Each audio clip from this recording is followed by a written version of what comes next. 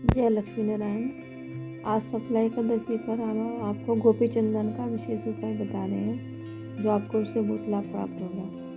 गोपी चंदन श्री कृष्ण और विष्णु जी को बहुत प्रिय है। गोपी चंदन को गुलाब जल में घोल कर पेस्ट बनाकर इसे माथे पर यू के आकार में लगाएं, खड़ी रेखा में लगाएं और क्लीम कृष्णाय नमः का मंत्र जाप करें। आपको इससे भक्ति, प्रेम, सात्विकता बढ़ती है और पवित्रता और भगवान विष्णु जी की कृपा प्राप्त होती है। गुरुवार के दिन गोपी चंदन की 9 डलियां लें और केले के पेड़ पर कलावे से बांध के आए। इससे बहुत धन लाभ प्राप्त होता है, अटका हुआ धन भी प्राप्त होता है और घर में लक्ष्मी का वास होता है। गोपी चंदन बहुत पवित्र होता है। जो इसका तिलक मस्तक पर लगाता है उसे वैकुंठ प्राप्त होता है। यज्ञ अनुष्ठानों के दौरान भी इसका चंदन लगाना बहुत ही आवश्यक होता है। मंत्र जाप भी इससे सफल होता है लगाने से।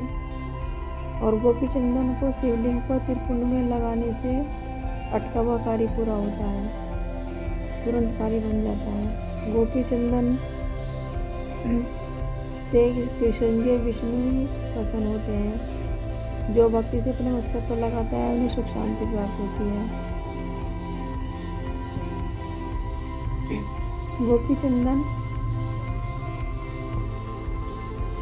को लगाने से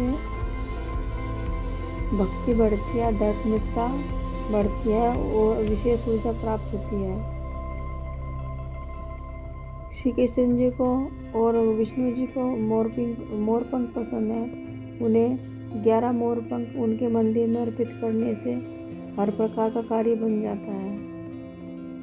अगर विवाह में बाधा आ रही है, विवाह में सफलता चाहिए, तो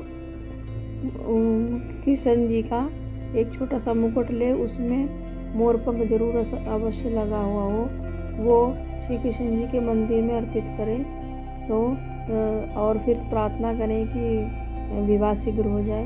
तो वो मोरपंख लगा हुआ छोटा सा मुकुट जो अर्पित करोगे आप, उससे श्री कृष्ण जी आपको शीघ्र विवाह का वरदान प्रदान करेंगे और आपका विवाह जल्दी होगा, विवाह की बाधाएं दूर होंगी। कृष्ण जी को पेड़े का भोग बहुत प्रिय है। वह एकादशी पर अवश्य उन्हें अर्पित करना चाहिए। विष्णु जी और कृष्ण जी की एकादशी पर विशेष पूजा होती है। सभी को इसकी पूजा करनी चाहिए जिन्हें भी लाभ प्राप्त करना है। और एकादशी के दिन केले के वृक्ष की और आंवले के वृक्ष की, इनकी विशेष पूजा करनी चाहिए। पीपल के वृक्ष में भी जल अर्पित करना चाहिए, विशेष लाभ प्राप्त होता है। गोपी चंदन के तिलक के बिना कृष्ण जी की, विष्णु जी की पूजा अधूरी मानी जाती है। चंदन को भागे फेरे चंदन की कोर, किए चंदन के रुख तेरे ठाए पे पिए प्यारी। चंदन की पाग सिर चंदन को फेटा, कटी चंदन की तन मन चंदन की सारी। चंदन का इतना महत्व है कि उससे श्री कृष्ण जी बहुत प्रसन्न होते हैं, विष्णु जी प्रसन्न होते हैं और मनवांछित फल प्रदान करते हैं। चंदन लगाने से मस्तिष्क में सुख, शांति, समृद्धि और आध्यात्मिक ऊर्जा मिलती है, प्राप्त होती है। जो प्रतिदिन गोपी चंदन का तिलक लगाता है सैकड़ों पाप उससे मुक्ति प्राप्त है और गोलोक को प्राप्त होता है। लाट पे मुख्य रख से गोपी चंदन नित्य लगाने से नर से नारायण बनने की एक क्षमता प्राप्त होती है, लक्ष्मी का आशीर्वाद प्राप्त होता है।